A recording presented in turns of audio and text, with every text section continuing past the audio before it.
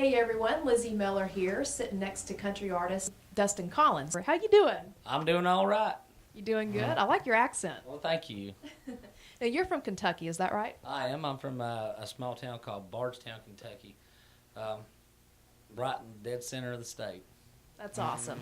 So we've got a couple of things we need to cover today. First of all, I want to talk about The Barn. It's a really cool song. I've had a chance to listen to it, and it's really good. Tell me about that. Thank you. It's a great cut on the record. It's kind of hard to explain without giving the whole thing away. Yeah. So, Well, it's a really good song, and your album is going to come out August 3rd. Is that right? August 3rd, it's up for pre-order right now on all the outlets. You can check out my website, www.dustincollinsmusic.com. Mm-hmm. You can find all kind of cool stuff on there where we're playing all that stuff. And the album is coming out August 3rd. We're leaking songs here and there through different outlets, trying to get people to check it out. So it's called It's Been a While. Yeah, it's always fun to do those teaser tests, especially with the fans out there, to kind of get a vibe and a feel for, what they like and whatnot. So what some people might not know, and some people might already know, is that you have really earned your way up the ladder. You've done a lot of fairs, festivals. You've opened up for Chris Jansen, Kentucky Headhunters, Kane Brown, and the list goes on. Yeah, we've been out there hitting it hard the last couple of years. Every little small honky tonk and big honky tonk and medium sized honk. We've hit them all from Dothan, Alabama to Key West, all the way out to. We've been to Kansas City and headed up to New England this year to do some stuff up there and try to hit the Midwest a little bit more. And have had a great time, and it's been really cool, especially to see on our Spotify stuff and see on our Facebook, you start seeing people from these different cities, that are not necessarily Kentucky, Tennessee. Right. They're starting to pop up and like our music, and Awesome. It's so awesome. That's what it's all about. And I mean, even here lately, since we signed with Average Joe's and all that stuff, we're starting to see. I think on our heat map, I seen some like England and France. I was like, wow, that's when you know you're doing it right, people. I was like, I didn't even know they listened to country music in England, but apparently they're starting to dig it. They're starting to get the groove of it, huh? Yeah, they're starting to dig it over there. So hopefully, maybe one day. Oh, it'll happen. You've got a great sound when you sing. Now, Cold Dead Hands, that's already hit the #1 Billboard Hot Singles sales chart. And so now we want this one to the barn. We want the barn there, right? Exactly. We want the barn out there. We got the music video coming out for that next week. Yeah, I was just about to ask you about that. Tell me about that music video experience, because I listened to the song. It's a love song, fun in the barn. Tell me how that video went. It was fun. It was a lot of fun. I got bit by a camel. Oh my goodness, really? Yes, a camel bit me during the process of this music video. Where'd you film it at? We filmed it at a farm called Finks Exotic Animal Farm in Lexington. He's a good buddy of ours, and he's like, "Yeah, come on out here. We'll do it." He's got buffaloes, and he's got camels and zebras, and got all kind of crazy animals out there. And the intro is actually a buddy of mine riding a yak. There's always a good story behind music videos, people. Well, it's not a yak. It's a North American Highlander. Is what it's actually. I don't want all them crazy yak people out there. Well, that ain't no yak. But, I love the humor. I don't know if anybody would actually say that, but they might. But he's got like an army helmet on. It's awesome. So, and there's a big party. Yeah. Of course, there's a big party, big field party, big giant bonfire, bigger than a house. Nice. And it took 2 days to film it. And it was a long 2 days. Yeah, I bet. It probably felt more like a week. Now, back to your album real quick. I know there's 7 tracks on there, and I noticed some really prolific songwriters are on there. Did you go and hand select these people, or how did you go about doing that process? Or did they say, Dustin, we love you, we're going to write with you? Because I think it's really good. I think you've got a good track listing there. The song pieces Lincoln Parrish did from Cage the Elephant out of Bowling Green. I've known Lincoln a while. We go back to playing tid balls and stuff back in college time frame. And got any videos of that?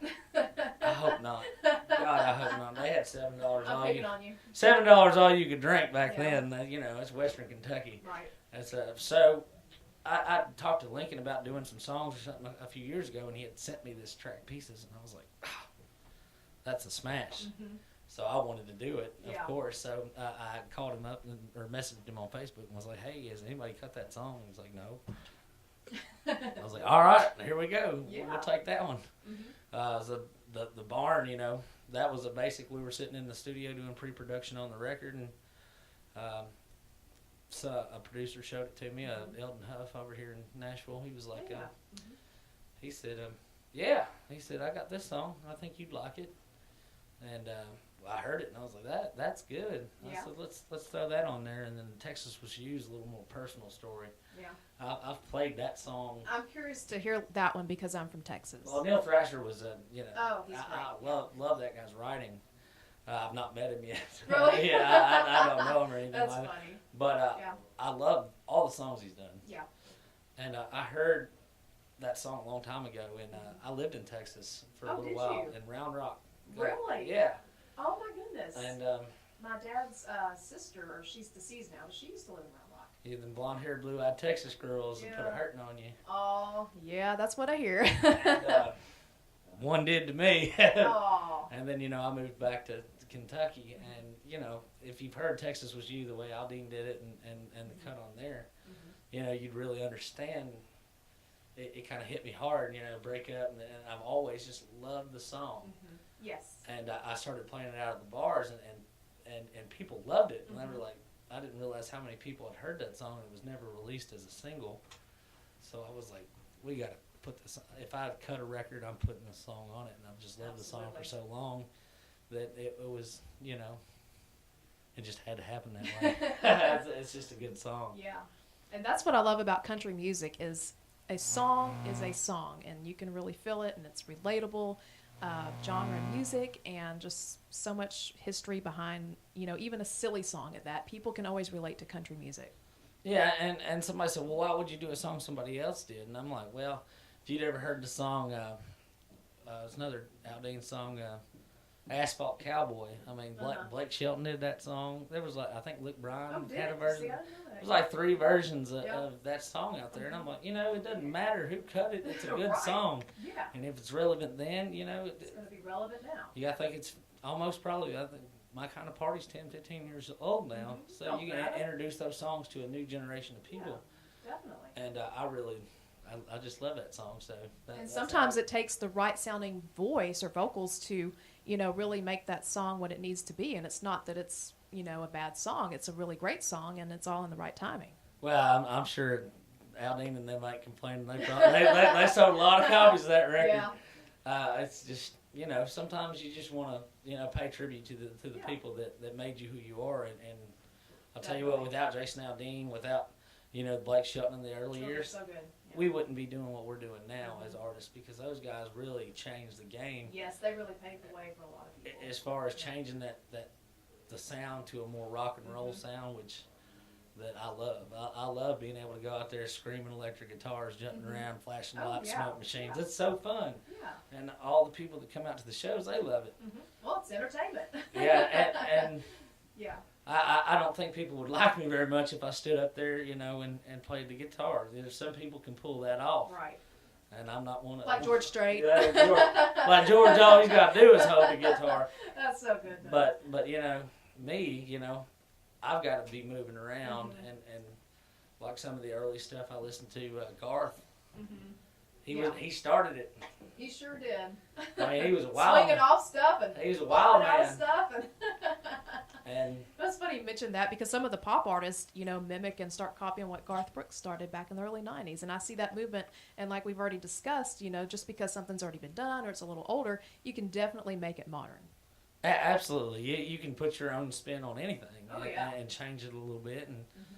And you know, it's always good to be original. I try to put as many of my songs on records as I can, but you know, a guy told me a long time ago that I was writing with, he said, you know, when you're doing an album, don't let your pride get in the way of a record. He said, just if you don't have the right song for that record, you need to find the right song. Because if you got 5 songs and they're all starting to groove and gel as an album, you Yes. go out and look for the other songs that, you know, It's a process. the best song Yeah. wins. Absolutely. And you want to give the best quality product you can to your people out there. Definitely. And you don't want to. You want to take your time, make sure it's done right. I'd rather cut somebody else that's very talented and that, you know, I don't think any of these guys on this record need my cuts. That's not gonna be the deciding factor whether they pay their insurance this month or not. That's funny. But you know, I love the fact that I get to cut these songs from such great writers because it helps me because they're such good songs, and if I can tell that story, like, because I won't pick a song to cut unless I feel it if it's not my story. Yes. I can't you can't send me a random track that somebody wrote and be like, well, that's a great song. Well, I'm sure it is, but you know, it's like the trucks and the tailgate songs, you know. Yeah, I've drank beer in the back of trucks and tailgates, but You ever rolled a red carpet out back truck? we ought to. We should. Be different. So tell me, when did you start singing? He's laughing. I've got a song. I love to always ask the backstory. My mom's got some tapes and stuff of me. Like, I had this little Fisher Price recording thing Oh, I had one of those. with a little microphone on it. Yeah. Well, I turned the stereo up, and I'd have Garth or Alan Jackson playing. I was 4 or 5 years old. Yeah. And somehow I figured out how to. The old tapes had little indentions in the top of them, so you couldn't record over them. Right. I somehow figured it out, and I That's taped good. over my mom's Patsy Cline Oh. tapes, and she was so mad. But now she has them, and she thinks they're awesome. But at the time, she did not find that very amusing. At the time. But I put them in that thing, and I'd hit that record button. I'd say, "Look, Mom, I'm Garth Brooks or Alan Jackson." That's so sweet. And then, you know, I played guitar since I was about 10 or 11 years old. Yeah.